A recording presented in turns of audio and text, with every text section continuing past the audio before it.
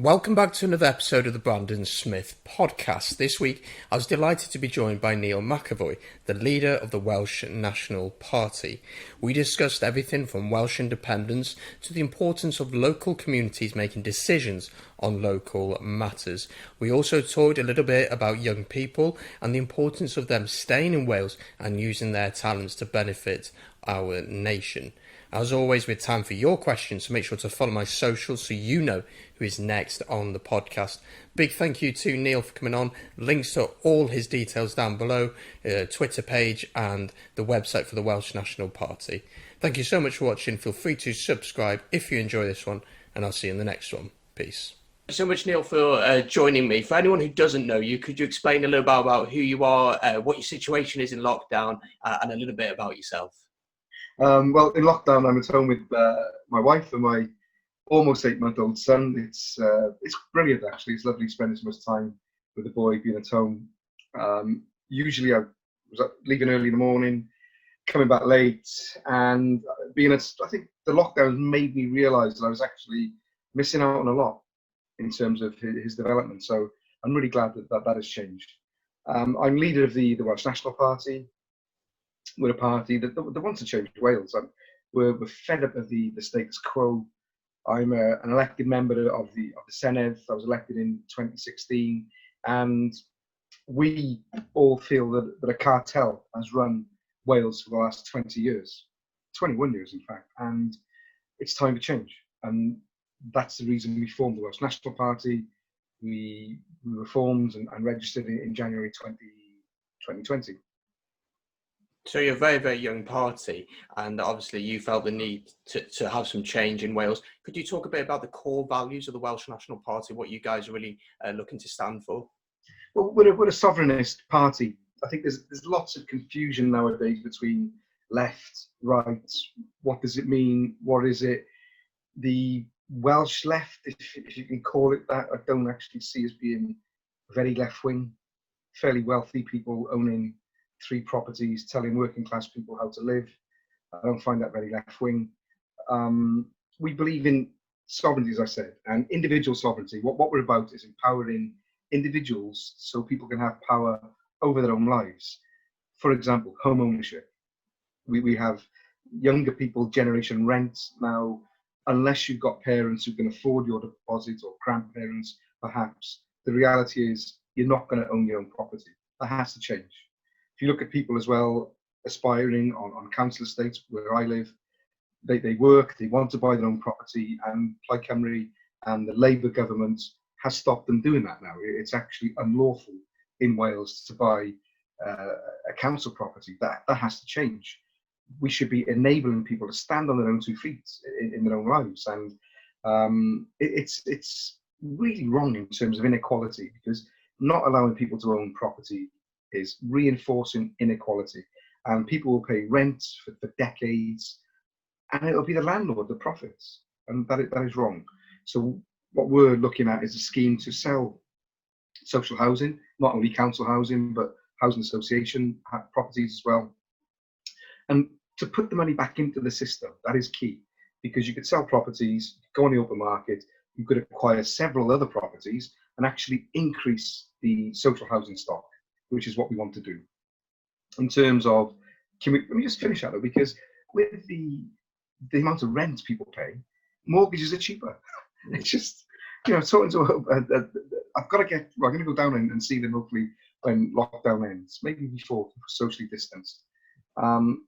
Paying over £500 a month for a 2-bedroom flat. You could buy that brand new and not pay that much in mortgage, or maybe just the same.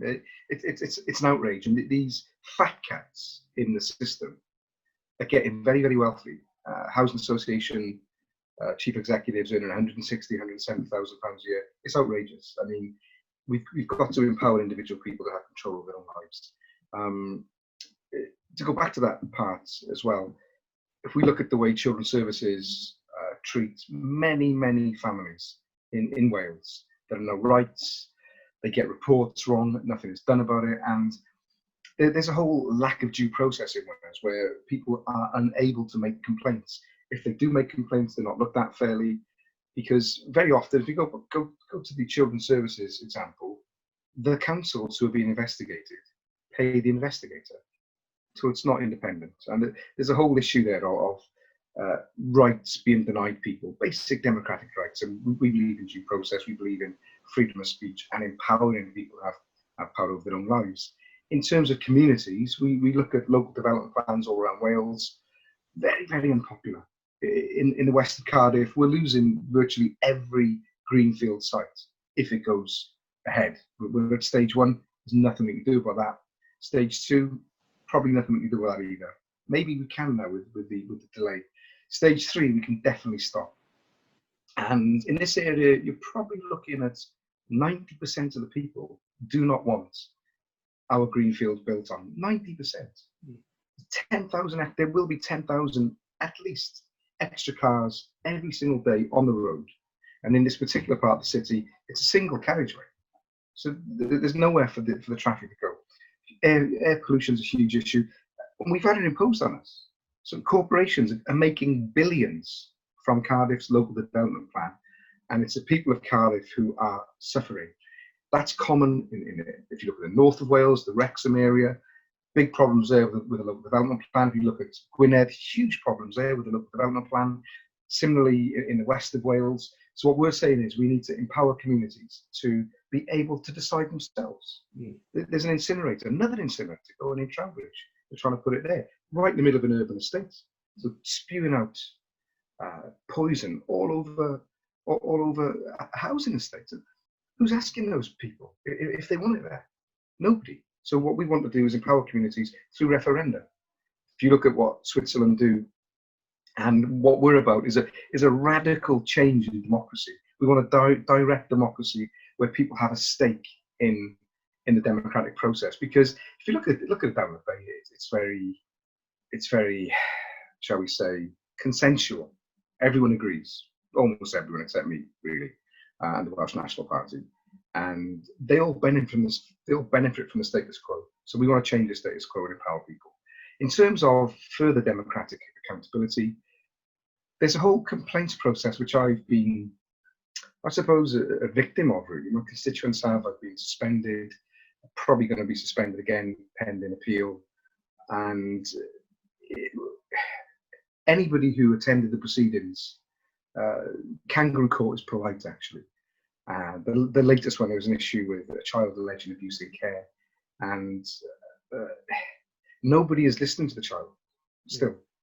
Other than, to be fair now, I received a letter yesterday from the Children's Commissioner. So after two years of fighting, the Children's Commissioner will now try and get in touch with that child to see what is actually happening. But it beggars belief, really. A child has alleged abuse in care over a sustained period, months and months and months, incident after incident, allegedly. And yet I get punished and thrown out of local government for 4 months because the person at the other end of the phone, with an unwitnessed telephone conversation, said that my tone upset her. And also, that is a private company making millions from the public sector. And there's the key, it's an industry. And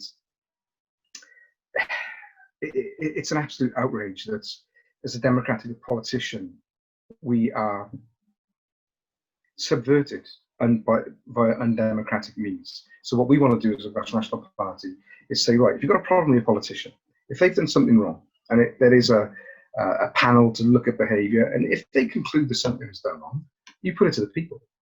And you can have a petition. Then if there's a certain amount of people sign the petition, then that politician faces an election. And I think that is the best way of doing it, because what we have in Wales are backroom deals, which people never hear about. If you look at my experience with the Standards Commissioner, if people don't know, I heard on the official recording some really derogatory remarks made about me when I was out of the room. And I thought, wow, if he's saying that openly in front of others when I'm out of the room, it's clearly not a fair process. So I left my phone in the room, and I actually went to the room where the hearings were, the disciplinary hearings, before they started. So I'd be there at 8 o'clock, I'd leave my phone, I'd go for a walk, I'd go back in, they'd arrive 8:30, they'd have half-hour conversation before I arrived. And what was on the recordings was shocking. I mean, the material is with the police now. They're looking at the issue of misconduct in public office. We'll see what they make of it. But when I did go public, the Standards Commissioner resigned within an hour, I think. Not much longer than that. So what that is that there's a crisis of confidence amongst the public in institutions, and we've got to clean those institutions up. In terms of the third aspect of what we believe in, it's national sovereignty. We want Wales standing on its own 2 feet, and we're never going to be a wealthy country. We're never going to have the best top-class public services until we govern ourselves. And we need to give our own people opportunities. But the Welsh National Party is a big believer in equality of opportunity. And in terms of the national sovereignty issue, people say, oh, well, you're too small as a country to govern your own affairs. But there are very, very successful small countries around the world. And also, we're right next door to a big market in England. It's quite a big country to be next to. There are huge opportunities if we were able to make our own decisions. So ultimately, the ultimate aim of the Welsh National Party is national sovereignty. And I think that's really interesting, because I had Sean Jobbins on, who is the chairman of Yes Cymru recently, and we were speaking about Welsh independence and how that would work. And he spoke very clearly about, the big question a lot of people would have, of course, is Wales rich enough to do it? And he was giving examples of opportunities that Wales have at their disposal. And we have so much good things here in Wales, and we have lots of countries around us who would absolutely support us. We've seen a lot of much smaller countries do it successfully. One thing that you said really intrigued me about enabling communities to make a decision for themselves, because I think that's so important. Because I'm up in Rhyl in North Wales. I'm miles away from Cardiff, of course, and sometimes it can feel as if a decision is made down there, and how can they really understand what is going on up here? It's a big question. Can you explain how that would play out as such? How would you would you have like a representative in each area or something like that? Is that what you're thinking of? If you want me to be, this isn't party policy, by the way, because we're still discussing with a new party, we're still discussing things. We've got a policy committee, we're discussing all these ideas. So this is my personal take on it. We need to empower people to be able to vote through referenda. So, for example, if there were a big decision to be made in the Rhyl area or the county around that area, people get a vote on it. And if a certain percentage disagree with what is proposed, it doesn't happen. And you give people some faith back in the system then, and they realize that they have a stake in it. Because if we don't start making devolution and democracy work in Wales, it's going to be taken away. I think that's where we're heading, because we're living in very, very dangerous times, very undemocratic times. Freedom of speech under threat, political assassination via anonymous complaints, which in the case of Carl Sargent led to a tragedy. Look at the way Alex Salmond was treated with, again, anonymous complaints. He won the trial, but it still wasn't good enough for some people. Very, very dangerous. There are a lot of elements out there, lots of interests really subverting the democratic process. What I would like to see in terms of extending democracy as well is a different voting system.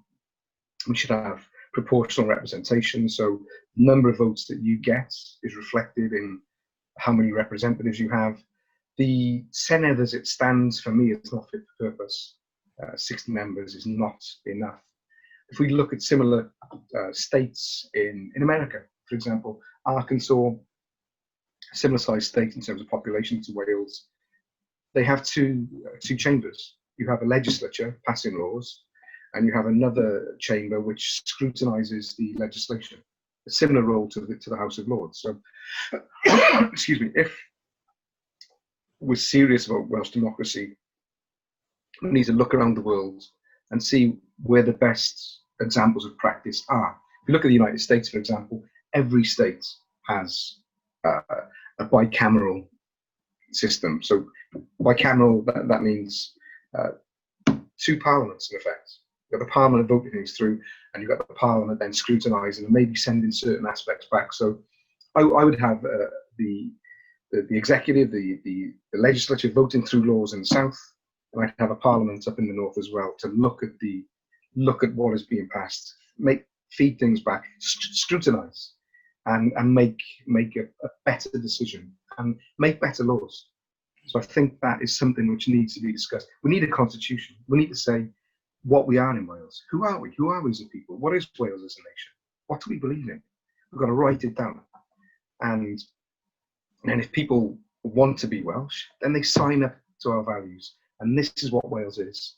And we can choose to be Welsh, but it has to mean something. Freedom of expression, a right to a home, a right to a free education. That's what this country believes in. Right, sign up to our constitution, you're welcome. And I think that's what we need to be discussing in terms of democratic renewal, really.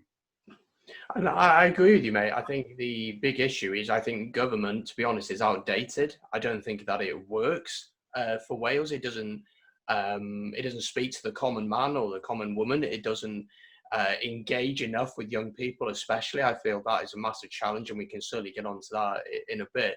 And I think it needs to find ways of making people feel like they were involved in decisions, not just that there's an election coming around every 4 years where you can vote, and it's probably going to be Labour winning most likely. Hey, Brandon, careful, mate. They call you a populist. If you listen to people's concerns and you act on the concerns, they'll call you a populist. But I think the interesting thing for you, obviously, is you're a very new party, you have some new ideas. And I think these ideas which will relate to people, but I think the big question people will obviously have is, how are these going to play out? You speak a lot in your manifesto, of course, about you want to reduce severe poverty in Wales. In real, one area of my town is very poor, not many jobs going around, and a lot of challenges, lots of single parents, drug problems, things like that. Can you explain a bit about how you would look to address those issues, and maybe what can we as people in Wales do to help ourselves with those kind of issues? Well, first of all, the biggest resource Wales has is its people.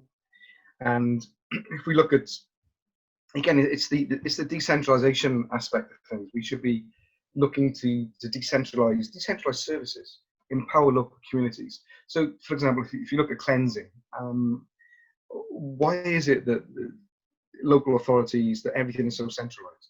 Why can't areas have their own cleansing teams? For example, just why can't we look at economic development from the ground up? What I'm trying to get going now in my local area is a food growing program. There's quite a bit of public land which is it's a mess at the moment. It's not being used. It's fenced off. It's grow things there. So maybe have an orchard or grow vegetables. Let's enable people to, again, it's having a stake in our society. But we need to get the economy right. We need to have a Welsh economy which works. At the moment, we've got people who believe in government, so they pass these laws in the assembly, and it sort of reminds me of the old Soviet Union, because things are getting better, comrades, and there are all these targets are never met, and then nothing ever changes. What we need to do is start renewal from the ground up. Why have we not got a whiskey industry? We're the only Celtic country almost without a whiskey industry. We've got Penderyn. There's one up north now, Aberfalls. There's a mini distillery, possibly. They do whiskey now and again outside Aberystwyth. We should have 20 distilleries in Wales. Why not? But the whiskey market in the world is growing hugely. So we could put a lot of distilleries in Wales, 20.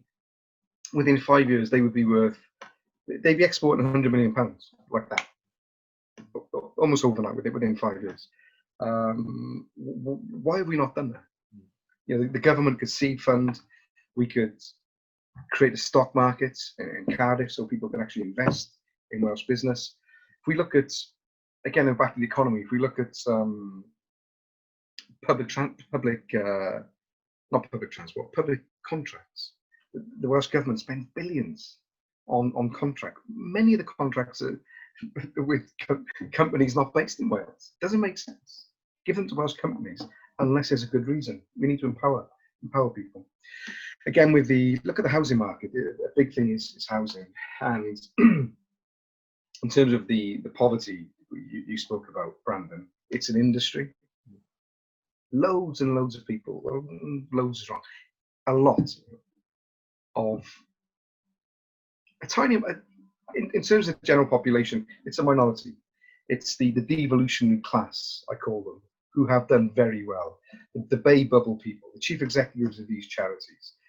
If you work for a housing charity and you're earning £90,000 a year, do you really want to end homelessness? Come on, you know? And there are all these different organisations profiting from us, getting the tax pounds in, and just not doing a very good job, because if you look at the city centre of Cardiff, the homeless people there literally have a bag of money around their neck because they're worth so much to the charities. And yet, at the end of the year, they're still homeless. And what we need to do is deal with issues head on. We need to stop the gravy train and move away from the Labour, Plaid Cymru, Liberal Democrats and Conservative privatisation model, which is what we've had in Wales for the last 20 years. And we should take that money, reinvest it in local councils so they can provide services for people without profit. Because these not-for-profit companies, these charities, I would tell anyone to just look up a housing charity in Wales, see how much they got on the balance sheet, see how much they got in assets invested, and see how much they have in reserve. That money should be spent on services. And I think there's two big points there that you make. I think the one about whiskey is really interesting. I really want to get into that. Not just about whiskey, obviously, but about Wales has so much great natural resources that I don't think that we hit the potential with. There's so much good stuff that we got here in Wales. And like, I work in rail, and one of the big things that we have here is the seaside and the countryside. It's beautiful, it's amazing, and thousands of people come into Wales. And if we could find a way of enabling them people to come into Wales and then make use of more of our services, and that money then can be spread throughout Wales, and that those areas can maximise their potential, I think that's really, really important, that people feel then that, okay, I've got this product, it's Welsh, people want homemade stuff. You think about Scotland, they said whiskey, shortbread, they have their identity, and people know that is Scottish, and that identity carries them through. You know, it's made in Scotland, it's homemade. And I think if Wales can do that, you know, we got things such as rugby, for instance. You could use that to make millions and millions and millions of pounds if you could market it properly. And I don't know if the right people are in power to have the right business minds to be able to do that. And I think that would be massively successful. So rugby, the football team especially now, is on the map after Euro 2016, especially going to Euro 2021 now. But, you know, we have opportunities here in Wales to maximise and to really hit the potential. I then think your second point about poverty is really interesting as well. And I do think there's a big bulking class, you know, people either poor or rich. There doesn't really seem to be that much of a middle ground. And I think the big issue in my area, especially I can only speak for my area, is jobs. You know, I was very fortunate when a new water park was built up here. I became a lifeguard, got trained there, and I now work there. But that was the first thing that was really a new job in the area for probably 10 to 15 plus years, you know, and that is a big issue and a big concern for young people, especially. You know, a lot of them will go to university, will get out of university and be like, I've got this amount of debt and I don't have a job. We should be investing in, you know, young people. The first proposition the Welsh National Party put forward to Cardiff Council, we've got a council group there, was to the council had a choice. It was either put £2 million in the bank and bump the reserve up. What we didn't put forward, it was in the budget in February. budget meeting. We didn't put forward an actual budget because we were given councillors there an easy opportunity to vote our proposals down if we submitted a whole budget. So I thought, right, we're not going to do that. What we'll do, we'll submit one proposal. And the proposal was take the 2 million, invest it in the youth service, and reopen all the youth centres closed by the Labour Party. Every Labour councillor, Conservative, Liberal Democrats, voted that down. The Welsh National Party was the only party to want to invest in the youth provision in the city. We used to have a great youth. We used to have youth work was a career once upon a time in Cardiff. You could go in dedicated, do lots of great work, create lots of social capital because you would have been helping. They used to help young people quite often. If children and young people are the victims of abuse, it'll be the youth worker in the safe environment of a youth club who will be the first person to pick up on it. And we used to have some tremendous projects. They were all closed down. And what the council did with it back then, it was a Corbynite council as well, Corbyn fans. And they decided to increase the officers' pay from, some people went from £80,000 per year to £130,000 a year within weeks. No change in responsibility. And then they decided to close the youth centres. Plaid Cymru have done the same in Gwynedd, closing youth centres there. And it's an absolute scandal. We should be investing in the youth, as I said, not only in youth provision there, but look at medicine. Every hospital in Wales has a shortage of consultants. If you're going to be a consultant in A&E and to have the competence and ability to work there and run the department, it's going to take 14 years. So if we start training a doctor now, it's going to take 14 years before they progress through the system to be experienced and expertise enough to run an A&E department. Why are we not paying? Why are we not giving the brightest kids in Wales scholarships to become doctors? Why are we not doing that? What we could do then, instead of them taking money off foreign students coming in, universities, they're making a fortune on foreign students coming in, taking up the university places. So therefore, there's less opportunity for Welsh kids in the medical schools. Well, scrap all that. We want Welsh kids trained. Give them an opportunity. Why not export Welsh doctors around the world instead of being a sponge and taking in doctors from some pretty poor countries, actually, where maybe their skills are more needed than here. I'm very glad that we do have the number of foreign staff we have in the NHS, because it would just fall to bits otherwise at the moment. So why not train our young people? So if you want to be a doctor, right, you sign up, you do your A-levels, you get a scholarship. We'll put you through medical school. You'll graduate without debt. But what you will do then, because you've signed a contract at the beginning, you'll have to work for the Welsh NHS for 10 years without private work. And you do your 10 years, you pay back into the system. And then if you want to go around the world and become wealthy and do lots of private work, you carry on. But you've done your 10 years, you've paid back. And it beggars belief why we don't do that. You look at social work as well. There's a huge shortage of social workers, and there's an even bigger shortage of good social workers. And why do we not take people who've been through the care system, and maybe when they get a bit older in life, and they get to their 30s, maybe give them an opportunity to go back into the care system, but this time as a social worker. So they've been there, seen it, done it, and if they want to do the job, they're welcome. There's a way in. There's a fast track, because if they've been through the system, they already know the weaknesses. If you look at education, our education system, why are classes so big? And why do we not listen to teachers? And why do we not teach children Welsh history, real Welsh history, things that happened in Wales? Yeah. Why do we not teach kids languages to enable, again, if you speak several languages, then it's a great resource for the economy, and we don't invest in languages enough. And anyway, so invest in youth.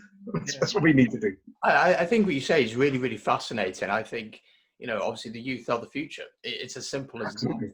And yeah. things such as youth clubs closing down, that's a place where creative sparks can come up. You can see different things happen. Also in sport clubs as well, there's a lot of funding being pulled out of different sport clubs where, you lots of young, talented people come through. And as you say with the NHS, that's a really interesting idea of allowing students to, one, feel like they can stay in Wales, because we see so many, see the big money in London, or see the big money in Birmingham or in Manchester or in Liverpool, for example.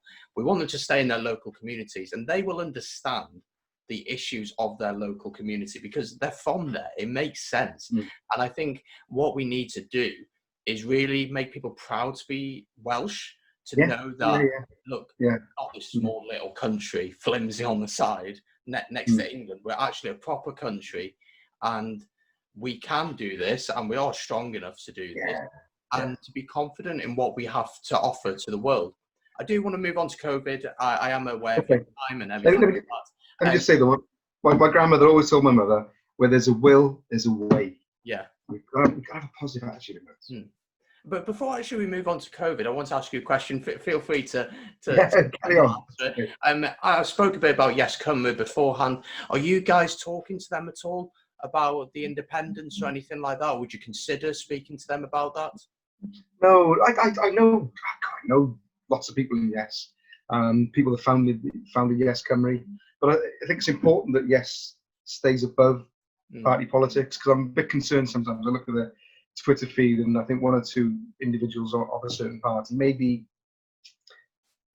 support a particular party a bit too much, and the political landscape in Wales has changed. It's going to change more, and it's really important we have a civic movement which is not taking sides politically. And I think that so we talk because we move in the same circles, but as a political party, we have to be completely separate, and they have to be separate as well from all parties. I think that's it's not going to work. It's not going to work otherwise. Yeah, I think Yes Cymru. I spoke to Sean Jobins, the chairman, as I said before, and he said they would never become a political party. They're just there to raise awareness, and they're doing an amazing work. They've seen numbers grow drastically over the past few weeks. But yeah, I just want to get your thoughts on that one. I think they need to take a bit of care though, because I think there are lots of the output. I don't mean from Yes Cymru, but I mean some people that also have the Yes banner on social media. I see a lot of really unpleasant attacks on people on social media, and that has to stop. And I think Yes Cymru need to clamp down and just say, hey, if you want to be in Yes, you do not behave like that. Because I've been speaking to somebody earlier who 6 months ago was probably a million miles away from supporting sovereign Wales, and you discuss, you learn from each other, and that person, I say, is pretty close to coming around to our way of thinking. Because I've been there before. I didn't used to believe in a sovereign Wales, and it's important that we engage with people and not label people. Oh, you're English, you're a British nationalist, or I don't speak to you, I hate you. No. Let's talk to people. Let's engage with people. If you insult people, barriers go up. We've got to bring barriers down. We need to speak to people. We need to engage. Absolutely. Let's move on to COVID-19. Obviously, Wales have decided to stay in lockdown 3 weeks longer than England. We've seen pictures, obviously, of Bournemouth Beach compared to beaches here in Wales. Can you give me your thoughts on lockdown so far? It's not just lockdown. I think it's what we've seen from the Welsh government has been the biggest failure of governance in the history of devolution, because there was an opportunity to get ahead of the game, to do something really different in Wales, not for the sake of being different, but to do it correctly. And all the Welsh government did was follow Boris Johnson and follow the English Conservatives line. And all the parties, the Liberal Democrats, the Conservatives, Plaid Cymru, couldn't wait to get on the Brexit cabinet, the committee where they meet once a week and pay lip service to cooperation, really. And what should have happened in January, February, you could see, everyone could see what was happening in China and then in Italy. They should have immediately gone into emergency action, really. What do we need? Because they were saying they were well prepared. Complete rubbish. PPE, right? Okay, they should have approached manufacturing companies. Can you make this? Can you make that? Approach the universities. Can we use your labs to test this, that, and the other? The government were offered. Many people don't know this. The Welsh government, were offered on the 19th of March testing kits, which give test results within 10 minutes. They're being used all around the world. I've seen the certificates. I've been told by Public Health Wales that they worked, and yet we haven't bought them, and we still haven't bought them. And I think maybe the reason we haven't bought them is because possibly the company made themselves slightly unpopular with the government for kicking a bit too much of a fuss at the beginning when they were being ignored. They wrote to the First Minister, they wrote to the Health Minister on the 19th of March, didn't get a reply. I got involved, they had a reply of Public Health Wales saying that they would be in touch when need arises. So I think that was March 23rd from memory. March 23rd, Public Health Wales was saying when the need arises. Are they serious? So we've had people on the front line putting their lives at risk, some of whom may have died. People in care homes have definitely died needlessly. And many people are angry about this, and they have a right to be angry. And I think when there is an inquiry, and it's just, the government. And yesterday in the Senedd, I wasn't able to get into the debate. I was kept out of the debate by the presiding officer, which often happens. So I wasn't able to have my say yesterday again. It's the cartel, you see. It's Labour, Conservative, Plaid Cymru, even Brexit, the Brexit Party. They're in it together. They all voted to keep our proposal to get the Assembly running again, normally off the agenda. We didn't even debate it, Brandon. It wasn't allowed to be on the agenda. And that's how tightly the cartel controls things. So you've got PPE, people put at risk. I asked, there was one week I asked the First Minister, it wasn't a question, it was a follow-up to his statement, because we're not allowed to put questions now. They took away the right to question the government. So that's a Plaid Cymru presiding officer taking away the opposition's right to ask questions. And they've all gone along with it. Conservatives, again, Brexit Party, Plaid Cymru, unbelievable. But I did manage to get in on his statement. And I asked him, because it was a question which I was asked to ask by a person whose mother was in a care home. And they wanted to know, why were they not testing care homes? Why were people not being tested? So Mrs. Jones down the corridor is showing signs of COVID. Test everyone. And who has COVID, get them out of there, or get them somewhere secure where they're quarantined, like they're in other countries. Anyway, so that was the Wednesday, and the health minister, there's no need to do that. We're following scientific advice. On the Thursday, England changed policy. On the Saturday, Wales changed policy. And then suddenly they were testing care homes. You've had the negligence. I think this is criminal.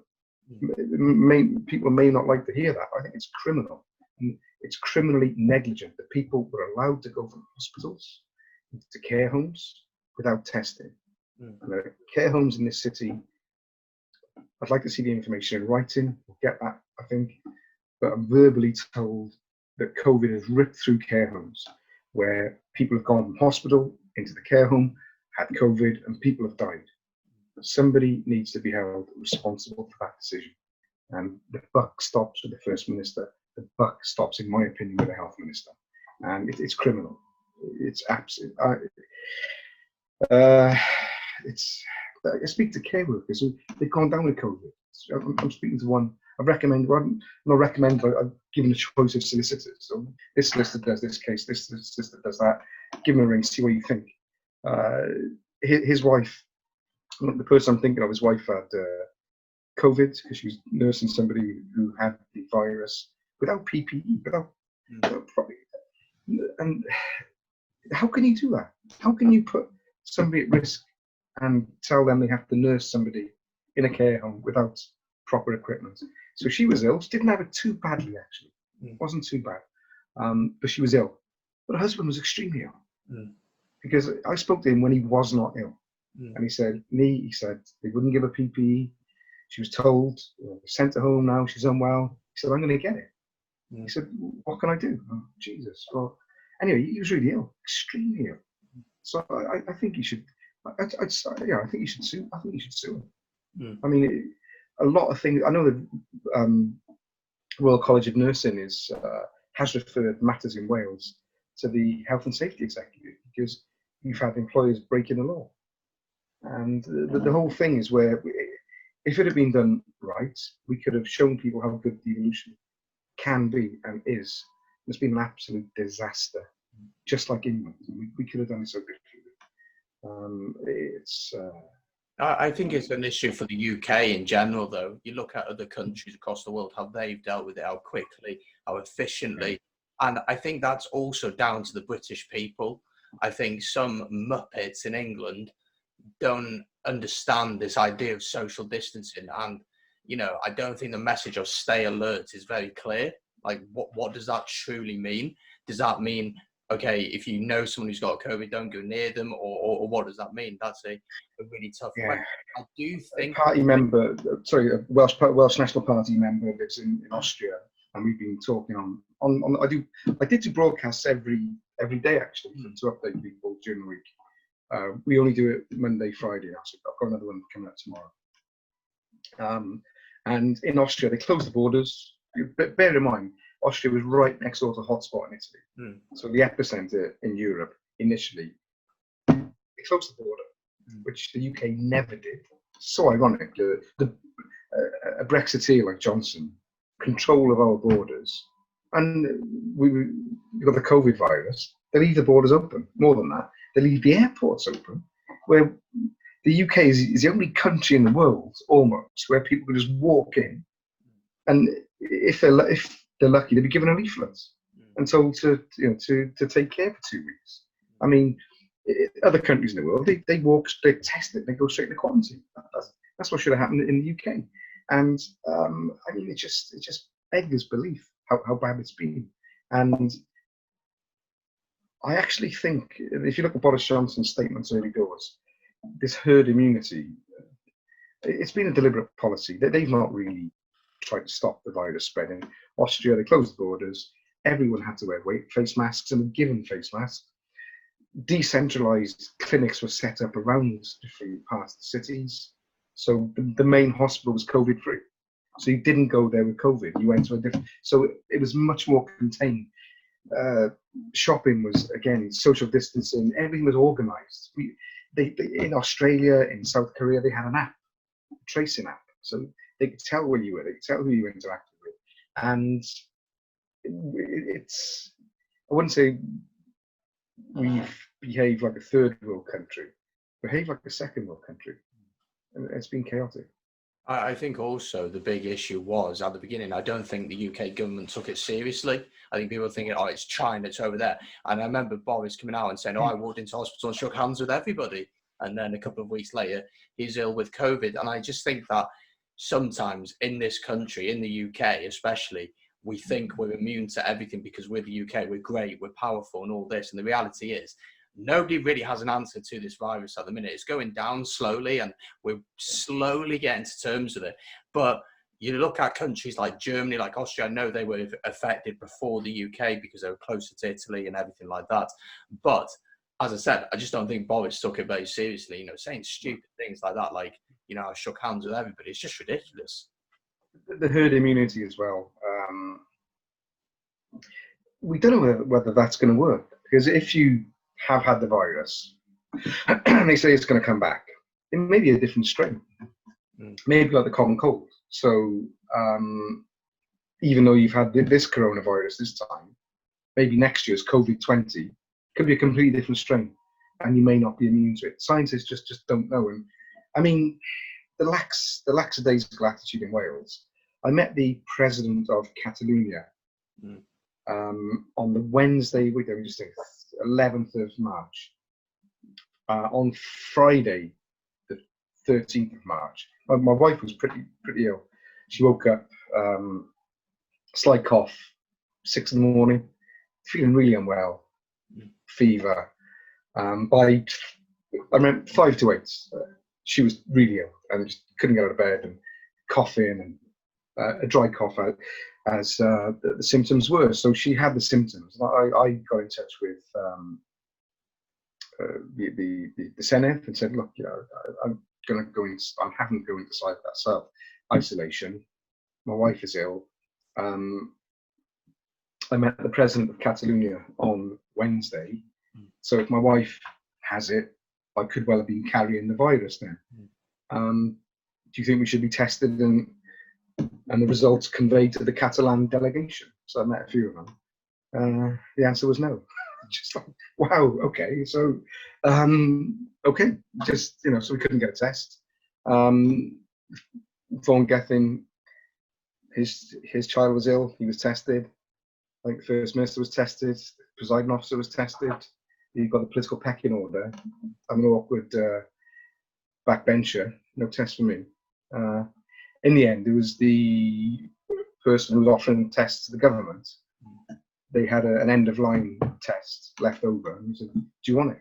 And it was the day before I had to go back to I wanted to go back to the assembly the day before, and I had that test, just not to tell me if I'd had it, but if I was carrying the virus then, and I wasn't. So I went back to work that day.